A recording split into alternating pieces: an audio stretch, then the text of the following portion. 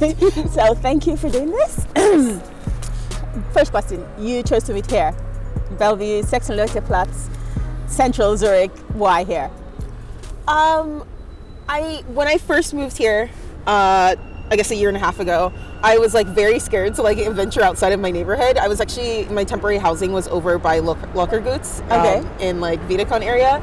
And I was like super like just walking around the little square, like every day venturing a little bit further. And then one day I was like, you know what? Everyone keeps talking about Bellevue. Let me get to Bellevue. So I got on the tram. It was the furthest I'd gotten. And I crossed the river like by the lake. And I was just like, this is so beautiful. It was August. Everyone was sitting out here. Nice. Yeah. It was lovely. And I was like, oh my God, look at the Opera House, look at the lake, look at like all of the buildings. I was just blown away. And I was like, this is so beautiful. And it's still my favorite part of Zurich. So that's why I chose it.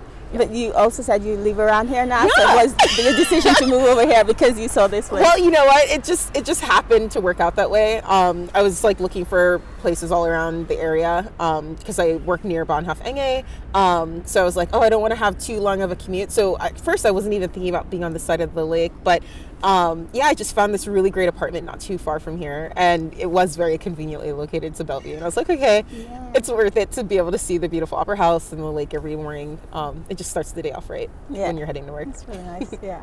So, the reason for this interview, we're trying to just create a bit of awareness for who the professionals, people of color in Switzerland are. I think a lot of people don't really know what we do. They just see you and have this picture in their head, who you are, what you do.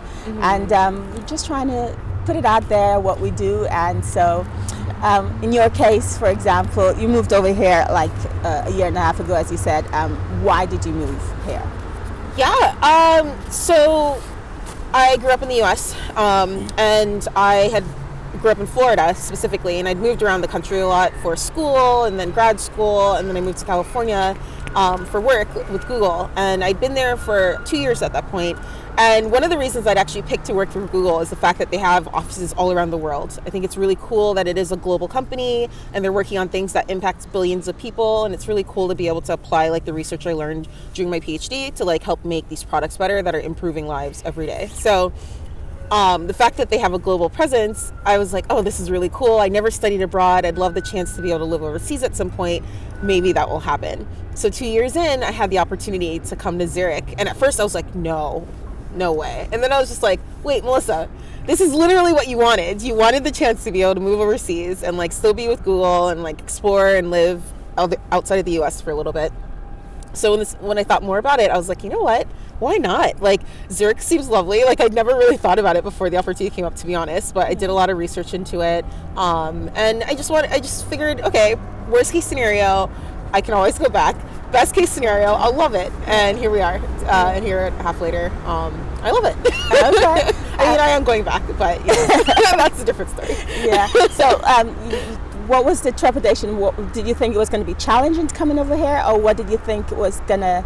What were your doubts? And I mean, that you didn't just say, "I'm going to do this." Yeah. I think it was. I think it was mainly just like fear, just like, oh my God, this is going to be so different. Like, they speak what? German? Yeah. German? Like what? I've never, I think that was a factor. And then also just, it is like a lot further away. It is a big major city with an international airport that flies surprisingly many places. Yeah. But I'd never really thought about it before, It's just always been this like in my mind, like Switzerland, it's so far away, like in the mountains. Exactly. Like it's impossible to get to, So turns out I was wrong in all of that. I mean, it is in the mountains, it is very far away, but it's all beautiful and it's very easy to get to. So so when I started doing my research, I was like, no, this actually seems like a really cool opportunity. So I'm glad I did it. So what exactly do you do with Google?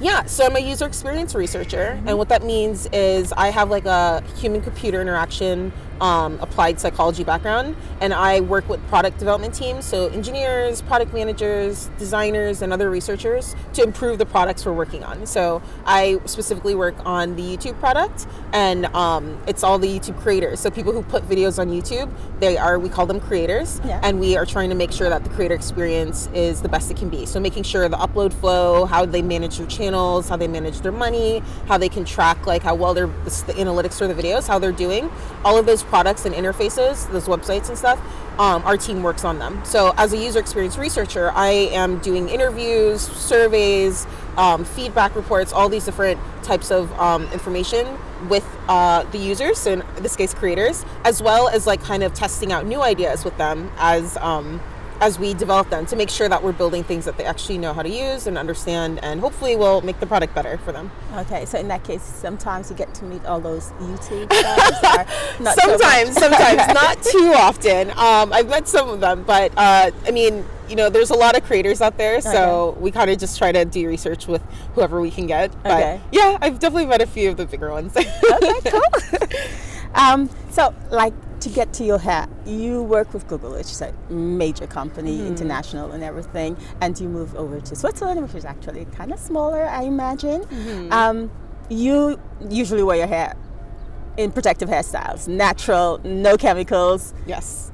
Any experiences that you've had that we could talk about, or? Yeah, so it's so funny because sorry. It's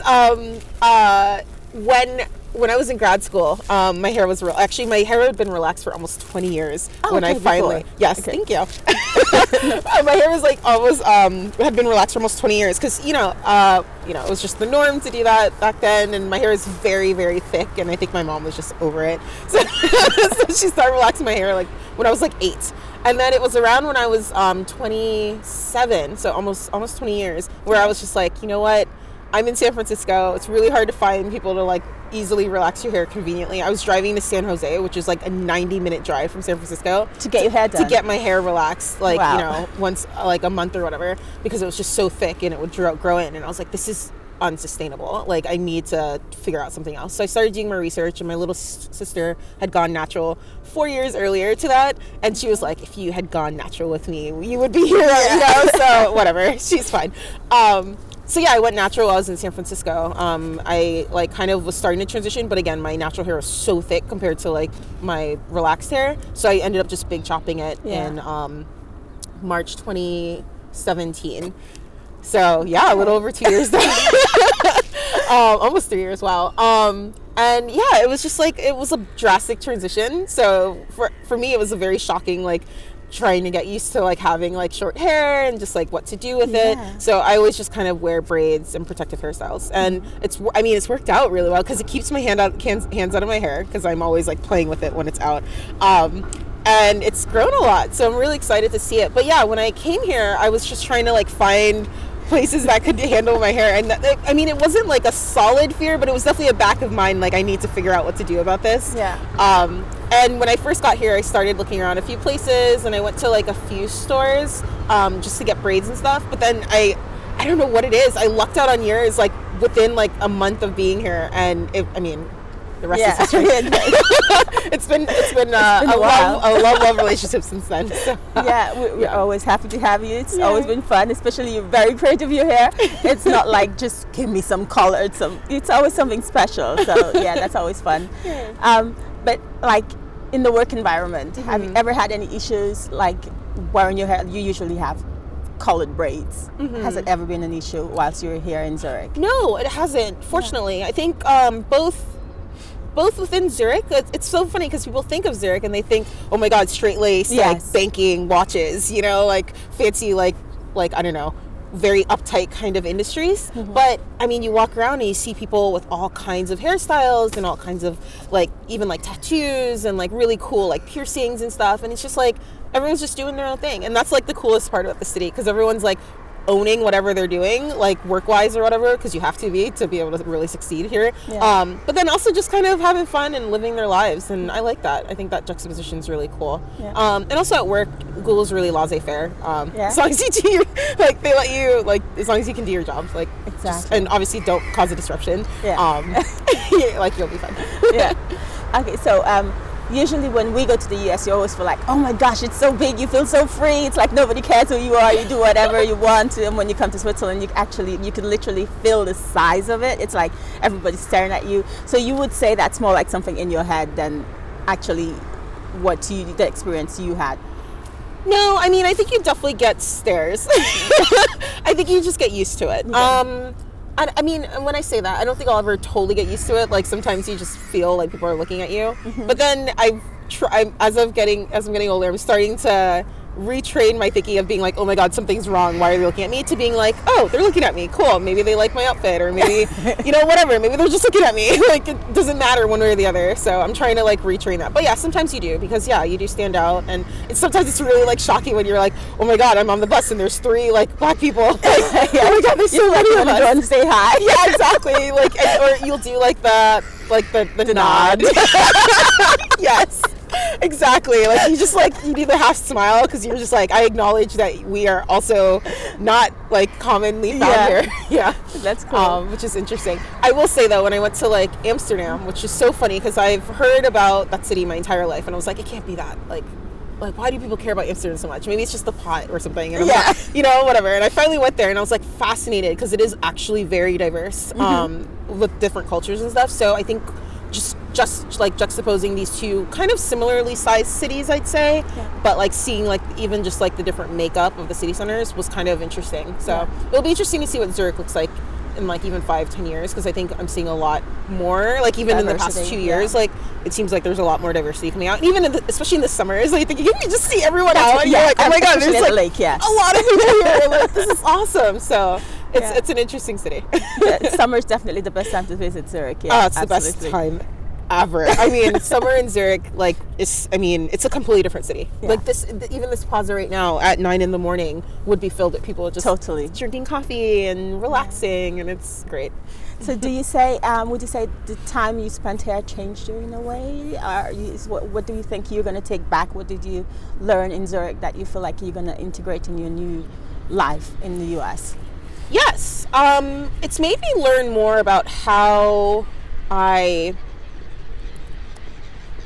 feel connected to a new place, or to a city, or somewhere I live. I think when I was in San Francisco, I had a lot of friends there, even from like college, or even just like my internships and stuff. So I like had people around, but when I moved here, it was like just me. So I had to like figure out, how do I make friends? How do I like meet people? How do I like find out the local things? And I think learning that skill set of like being able to like find groups, do meetups, being okay with just going by yourself places, like has been really helpful. And I think that's something I'll take with me even when I move back to somewhere where I have friends, and also I think it's been really important just finding out what I really enjoy about a city. I've been traveling a lot since I've been here, and I mean, Zurich is Switzerland in general. It's just centrally located in Europe. It's so easy to get everywhere. So like when I travel, I've like learned more about what I actually enjoy. Like obviously there's touristy things, and I do like checking those boxes sometimes. But sometimes I just like want to take a cooking class, or I want to just go check out like a local museum that's super small and maybe like,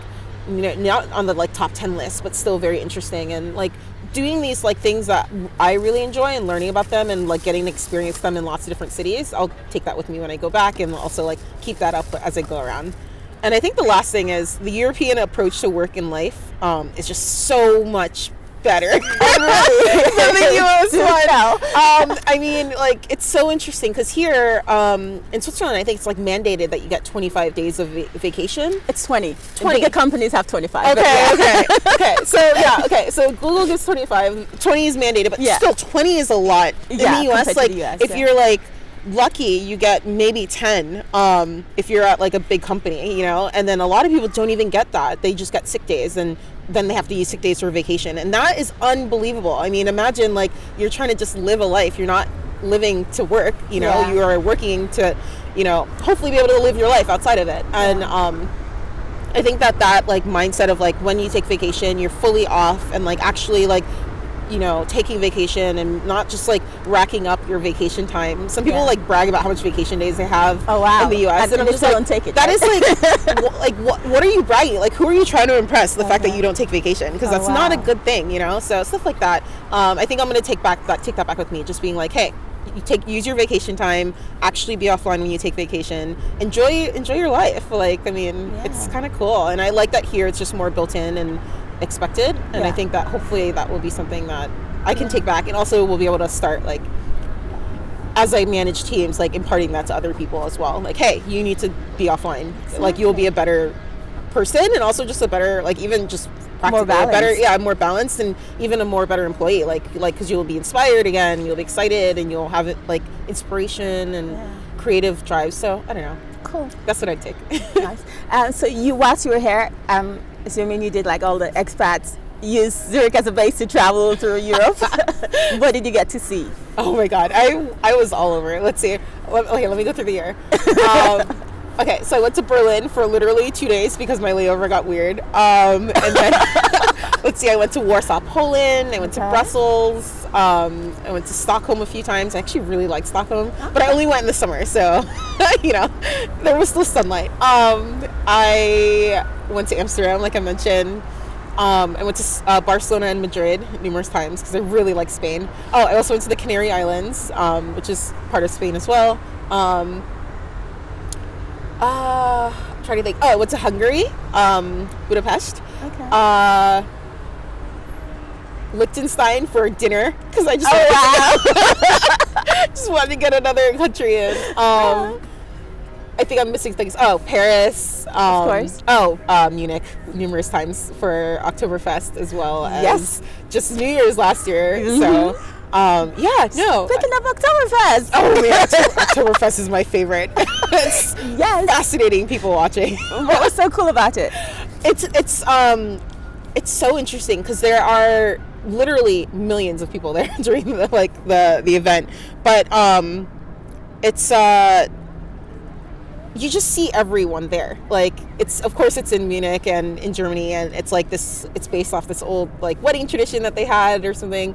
But it's just like a huge party, and it's just interesting because they have these huge tents, the beer tents, and people are all dressed up, and it's just drinking steins of beer, eating like chicken and potatoes, and then singing at the top of your lungs American like party songs like Queen and like. It was mainly Queen. Lots of Queen. And all the songs, like, Sweet Home Alabama and, like, Take Me Home, Country Road, all these, like, old school, like, American sing-alongs. Just pure fun. But then also mixed in with, like, German drinking songs. And everyone's just having fun and, like, friendly and chatting with people. And it's just a lot of fun. The good thing, and also once you leave, you're like, I don't want to deal with this anymore. You go outside and there's a huge carnival. Like they have rides and like Ferris wheels and like attractions and games, and it's just like a huge party. But of course, everyone's drinking beer, so it starts at like 9 a.m. And then, like I say, leave before sundown. Like as the sun is setting, get out of there. Okay. After dark, it just like devolves. Because you can imagine you're drinking all day, and people are just like get more like body after like, and yeah, by the end you're just like, okay, I need to get out of here. So my tip is go for sure, but leave when the sun sets, and then go recover. Yeah. And then maybe go out for an after party later. But yeah. And the best part, of course, you get to dress up. And you get to dress up. Oh my god! You're a huge cosplay fan, right? Yes. Oh my god, it's like a costume party, but you know exactly what to wear, and it's like the best thing because everyone like dirndls are like infinitely interesting to wear, and even like I saw some girls wearing like lederhosen, and now if I go back, I want to do that because I think it looks so freaking cool. Like it's like gender bending, right? Like it's awesome. No, it's great. Yeah. So your cosplay. Yeah. Yes. That's also a big part of your life, I'd say. I find the time. It was bigger when I was in college and in school, but since I've been at work, it's just not as much time to devote to making costumes and stuff. But that said, I still enjoy it. I still enjoy going to cons, and if I'm gonna go, I'll definitely put on a shirt or like some type of costume, even if it's a minor one. Okay. But you didn't get the opportunity whilst you were in Switzerland? Unfortunately not, but I plan on coming back at some point, so we'll check it out. And I know that the scene here is getting a lot bigger. It seems like I've seen signs and stuff for it, so yeah. I mean, I'm excited to see what Comic Con. Like. Yeah, exactly. Yeah, cool. Yeah. Sorry, got sidetracked. Unfortunately, you will be leaving Switzerland. Yeah. So what's this move going to be about this time? Yeah, it was a very bittersweet decision just because I actually do love it here, and I wasn't planning on leaving this quickly. It's like I said, it's been a year and a half. But just an opportunity came up that just was too good to pass up at work. So I'll actually be switching to another team at Google, Google Stadia, which is their new video game, cloud-based video game platform. And I'll be one of the researchers for it, like one of the first and lead researchers. So it was just kind of cool to be able to work on something brand new, an emerging technology, at a company of Google scale. Like it's a big risk. Like, video gaming is a complicated, real-time based, high demand on technology and on computing power. So being able to do that real time from the cloud is a very difficult undertaking that honestly only really a company at Google scale could potentially pull off. Mm-hmm. It might not work out, it might, but being able to be part of like that groundbreaking, that groundbreaking initial set just seemed like so cool. And being able to do the research for it, working with developers who are making their games for it, working with players who are going to be playing on these platforms, figuring out their needs. It just all seems really cool, and it just seemed too good to pass up. And then I'll also be able to lead a team. So here at YouTube, it would probably be like still a few years before I could like become a team lead, just because it's such an established system and there's a lot of people like tenure ahead of me. So being able to like break that ground and also be like a manager on this new tech, it just seemed really good. So unfortunately, like, it's a new product. It's at the HQ, which is back in California for Google. So that's where I have to be. But I like it. I'm excited. I'm nervous just because I've been with YouTube for almost 4 years and I love it so much. So it's not like I'm running away or like not liking anything. It's just this seemed good to pass up. I would always wonder if I didn't. So here we are. So what would you say?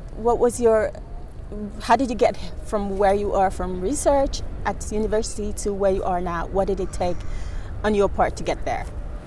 Yeah. So I have a PhD in applied cognitive psychology. So again, that's like human-computer interaction and how are people interacting with systems and like technology as they're working with them. And a lot of the big tech companies hire like PhD, like HCI researchers to like work with their teams because they're building these products that billions of people are using, and they want to make sure that when we build them, when they put in and invest all that engineering power to build things and to maintain them, that it's actually usable and understandable by the users. Like, I could sit in a room and show you how to do something on a computer or on a phone, but we should be able to build a system that you can use without someone standing over your shoulder. You should be able to open any product of ours, or any product in general, if it's well designed, and be able to know how to use it without having to look at help docs, without having to look it up online, without having to have someone telling you how to do it. That's a well-designed system. So, but it takes a lot of work to make a system that way. So, what it took to get here is just having that basic understanding of like human psychology, like how do people process information, how do they take it in, like how are their like senses working like when they're interacting with the interface, and then like being able to translate into like, oh, this is what that means for our specific product as we're building it and trying to make it better. So for say like some young girl whose goal would be to work with Google, what would you say? What would you say to her is the best thing she would invest her efforts into? I would say find what's interesting to you. Mm-hmm. For me, I was always interested with robotics, which is so funny. Like I was part of, I still actually am part of this group called First Robotics. It's like this international kindergarten through 12th grade, like kids aimed robotics program. It's aimed at like getting kids excited about science and technology through annual competitions. So they have like different they announce games every year, and then kids have to build robots to play the game. So they have like little kids building Lego robots, and then they have like the like high school kids building like big robots, like 120 pounds, which is like 60 kilograms like 55 kilogram robots that are like this high, like 5 feet high or whatever up there, and having to be controlled by different teams, and it's like a mini business. So you're learning all these skills technically about how to build and use tools and program. We're also learning how to like team manage and product manage and like set goals and fundraise, and these are being done by high school kids. So you learn these skills, and it like becomes like the perfect extracurricular activity. So I did this all through middle school and high school, and I was like, this is amazing, I want to do robotics forever. So like I went to school like trying to study like to do robotics, and I was actually doing it. I was an engineering major at the beginning, but then I found out about human and robot interaction, which is like what do you actually do? Like, how do humans actually interact with these robots once they're built? And I was like, this is actually what I want to do. And that's a subfield of human-computer interaction, which is applied cognitive psychology, a subfield of applied cognitive psychology. So I switched to psychology and then did a computer science minor to still do the programming. And then like kind of just went from there. Like I was able to like still do lots of What's happening? Zurich. Yeah. Hashtag Zurich. That's fascinating. Yeah, so I was able to still do a lot of like applied cognitive, applied like computer science work and stuff. But I was able to find like this field that was truly interesting to me, marrying like my desire to do like something technically related, but also like working on the human side of it, where it's like I didn't want to just be like sitting in like a dark room like soldering or like building connecting wires, which is interesting in its own way. I was more interested in like, once we have this, like how are people using it, how are they like what are the pros and cons of it, like how can we optimize the situation to make it work for the human to get better at whatever they're working with this robot for, or like make it so that the robot can be interactable with different types of humans. I mean, there's so many different ways. And then of course now I'm zoomed out to be more just general human computer interaction, but that's where it started. So I think it's just more find what you're interested in and then kind of go from there. But then obviously like sometimes it's really hard if you're really interested in something and it's like a difficult field or it's very competitive. Find ways to like maybe find what you're interested in, and just find ways to do that, even if it's not necessarily your day job. You can still remember, like, you don't have to.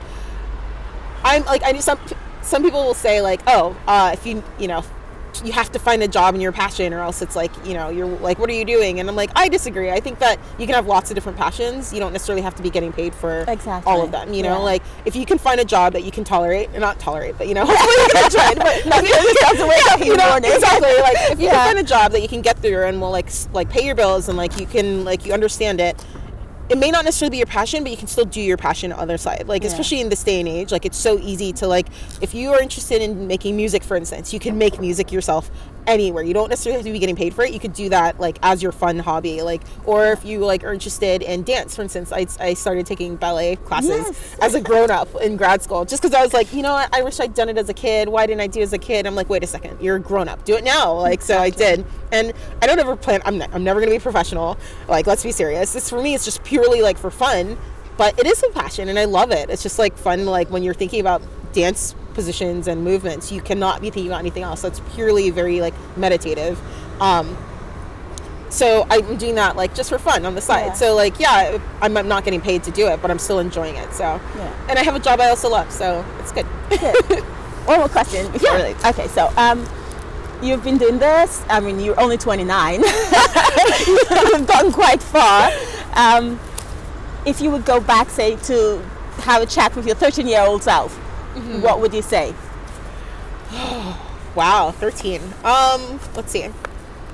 I would say